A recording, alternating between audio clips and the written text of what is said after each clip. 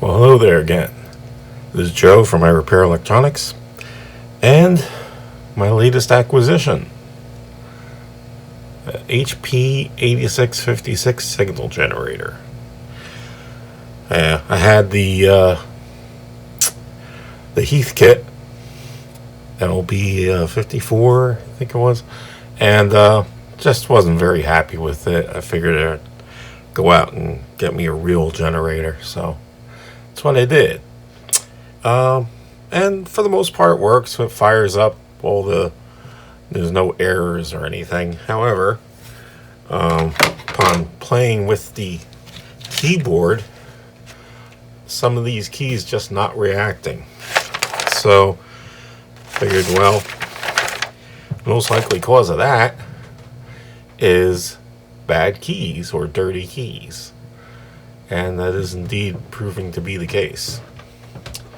So,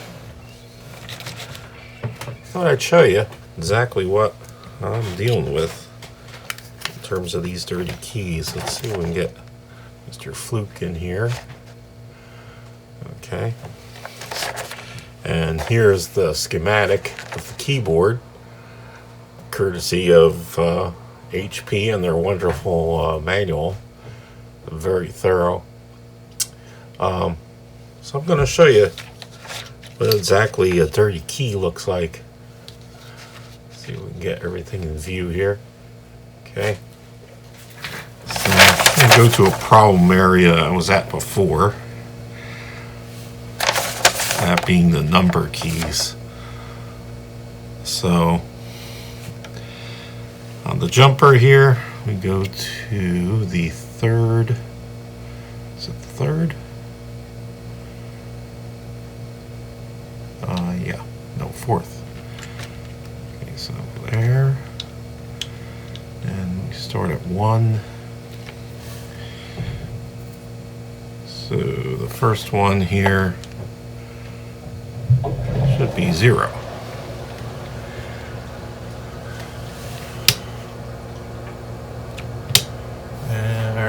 Or not.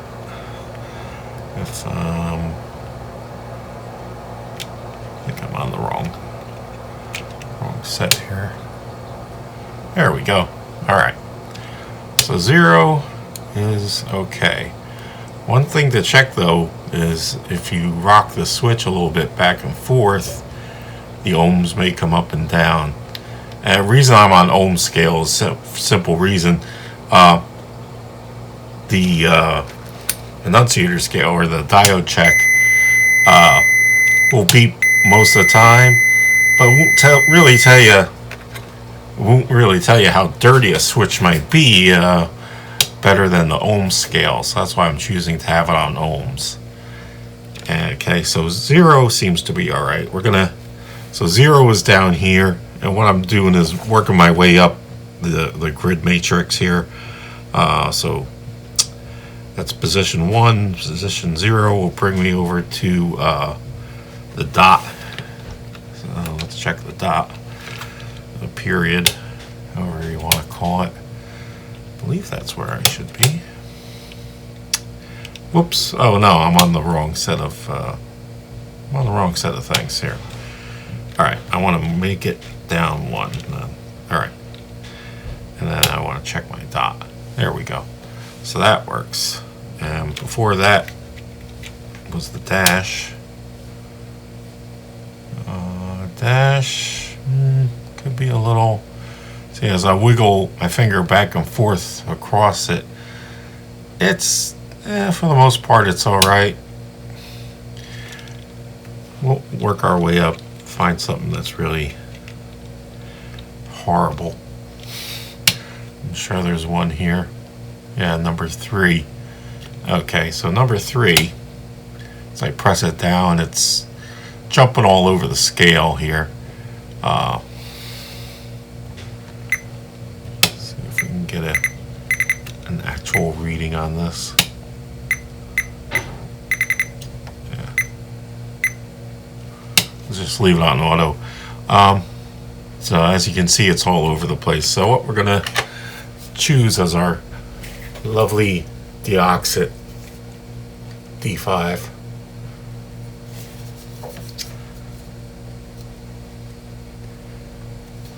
that was number 3, right? Yeah. So over here, just to the right of the key, I'll get a close-up later.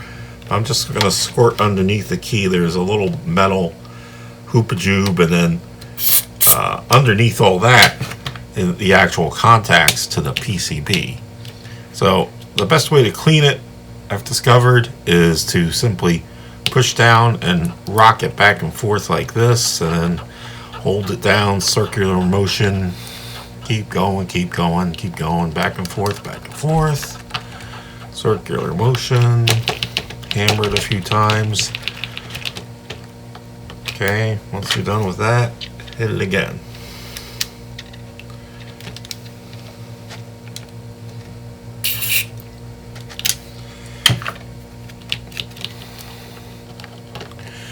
As you can see, we are getting down to 0. Are we on auto scale here? Or no, we're in manual.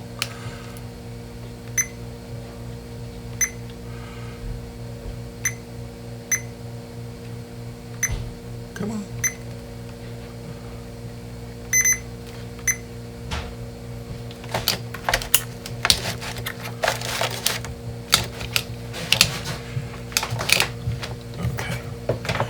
So there we are, 0.5 ohms, and then rocking my finger around.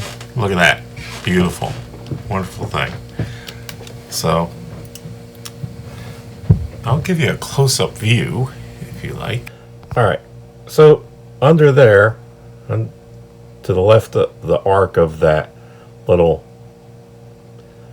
bend, there's a set of gold contacts that actually hit up against the PC board. So this little piece of metal just kind of gives it a bit of a snap as you press it down. That metal that we see here has nothing to do with the actual contacts, but the pathway to getting to the contacts is directly underneath there, and it's kind of opened up. You can sort of see what the deoxit is leaking out underneath. There's really nothing else containing it, so it's basically open to the elements and can get contaminated easily. I took one apart earlier. I should have held on to it. Maybe I'll take another one apart. But basically, it's just a row of gold contacts connecting to 2 pads on the circuit board that make the connection. And that's really all there is to it. It's not a very complicated switch. One thing they did do, which is a little bit of a pain in the ass, is you see how they went and the switches are connected to the circuit board via melted plastic.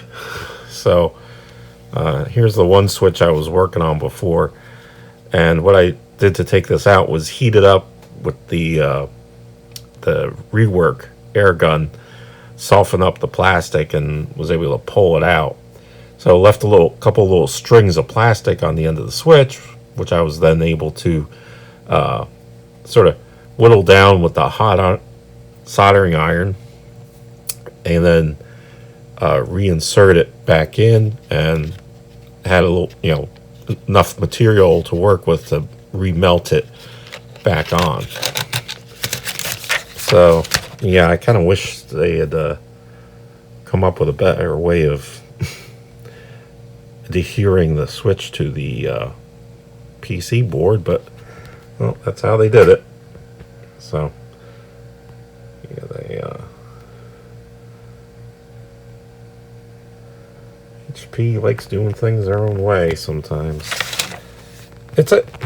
I guess, for being from the early 70s, I believe, this is not a bad build. I'm certainly not going to disparage them. Depends what environment it was in or whatever. So anyway, this shows you how they're constructed. I'll get one out in a bit and reinsert it into the video so we can see exactly what I'm talking about.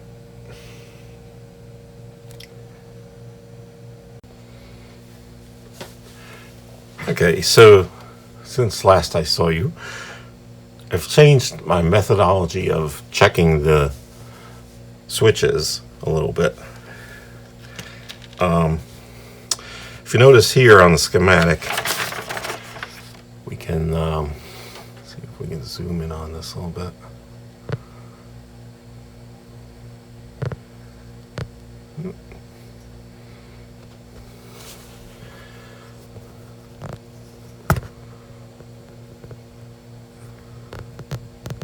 Okay, so you notice here we have any switch matrix has rows and columns.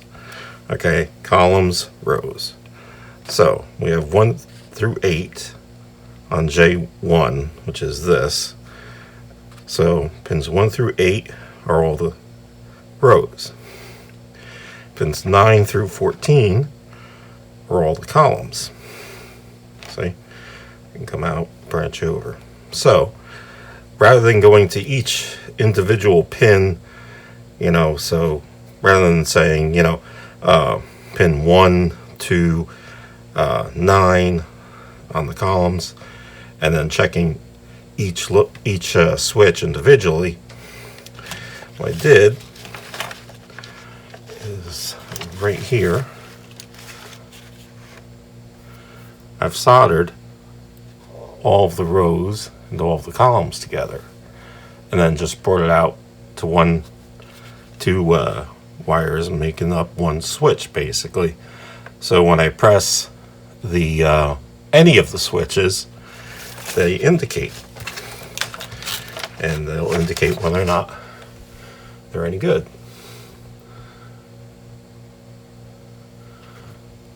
So if we come along here, let's see, we're good. We're good. We're good.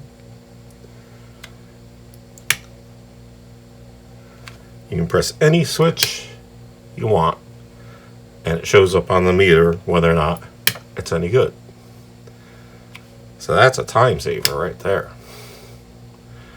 Now, one of these, I think it was this guy, the lower, yeah, see if I rock it back and forth a little bit, it's a little wonky. So what I'm going to do is I want to show you what the switches look like. So I'm going to undo that one, the lower frequency, and we'll take a look and see exactly what it's made of.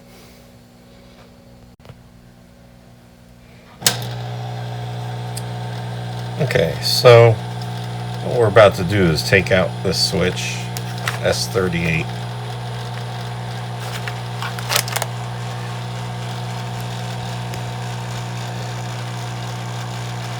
And I'm going to show you how I do it with the rework. We're going to get some hot air blowing on it. So just grab hold of the switch. Its little cap, and these plastic bits are the only thing that's holding this switch in. So it's pretty simple to get it out.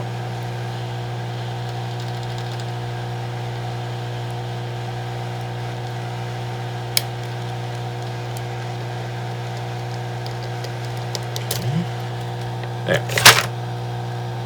And it's out. So, here's what I want to show you. That is the switch. And it just pushes down those little fingers right down onto the PC board. And here's the PC board. Still hot. You can see the gold contacts there, and they look great, but I'm going to hit it up with the pencil eraser. Burnish them off while it's hot. And nice and shiny.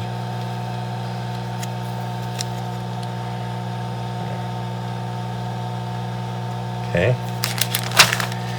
And then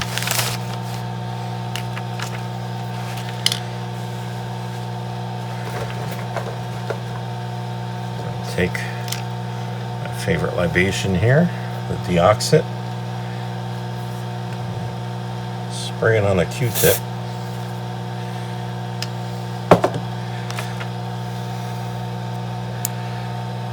and just go ahead and run it across the fingers here. Now it's really hard to tell whether, how dirty this is and whether or not what we're doing is actually doing any good. A little tricky to tell. And here's something you don't want to do, is pull up on a finger like I just did. That's a oopsie.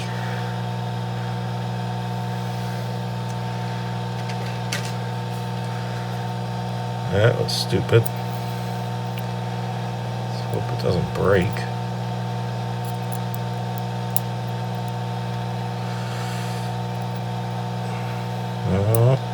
Yep, it broke. Well, so there's a good reason why not to take these out and clean them by hand. You just saw it. So what we're going to do is first kick ourselves in the ass. Secondly, we're going to prep this back to receive the switch. Get a little deoxit onto the circuit board itself too. Certainly can't hurt.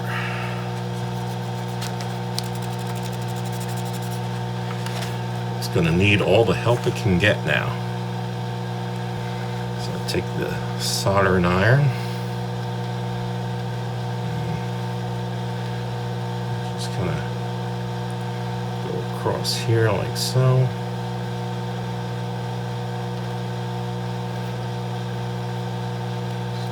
Push down on it a little bit.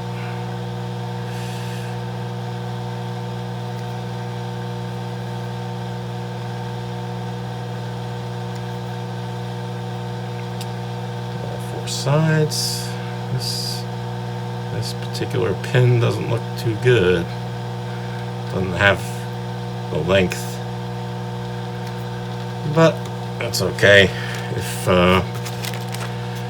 it's a problem, well, we'll simply have to use a little crazy glue.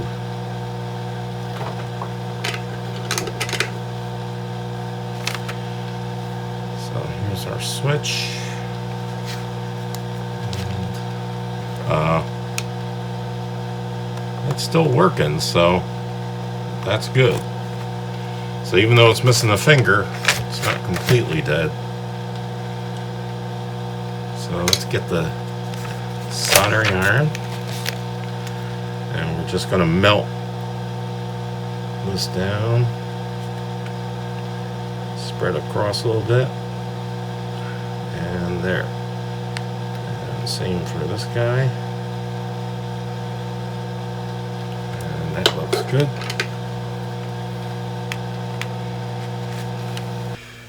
So let me get this switch back in here, and everything's back to normal.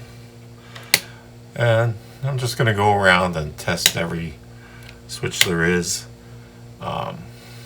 Most of them are holding up pretty good. Deoxed most of them. Some of them didn't need it at all. Some definitely did.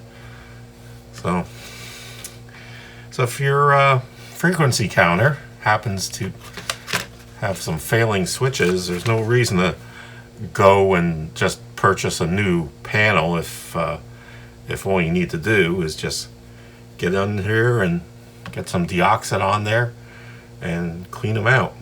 I would advise not taking out the switches like you saw me do and possibly breaking a finger off. That's probably not a good thing to do, or you're not going to find these switches anywhere, I'm pretty sure. Long time since Hewlett Packard made these things. So that's it for now.